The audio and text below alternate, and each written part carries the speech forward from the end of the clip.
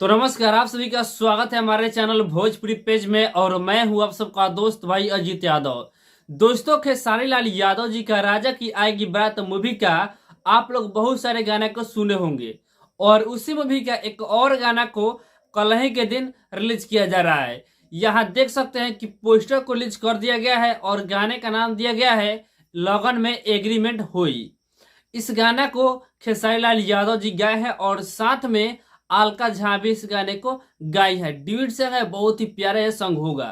दोस्तों, बता दें इस गाने को श्याम देहाती जी लिखे हैं और श्याम देहाती जी इस गाने को मरने से पहले ही लिख चुके थे।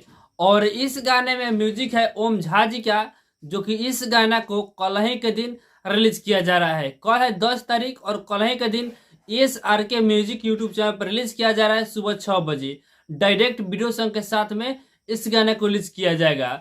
तो कल आप लोग तैयार रहेगा SRK म्यूजिक यूट्यूब चैनल पे सुबह 6 बजे इस गाने को सुनने के लिए।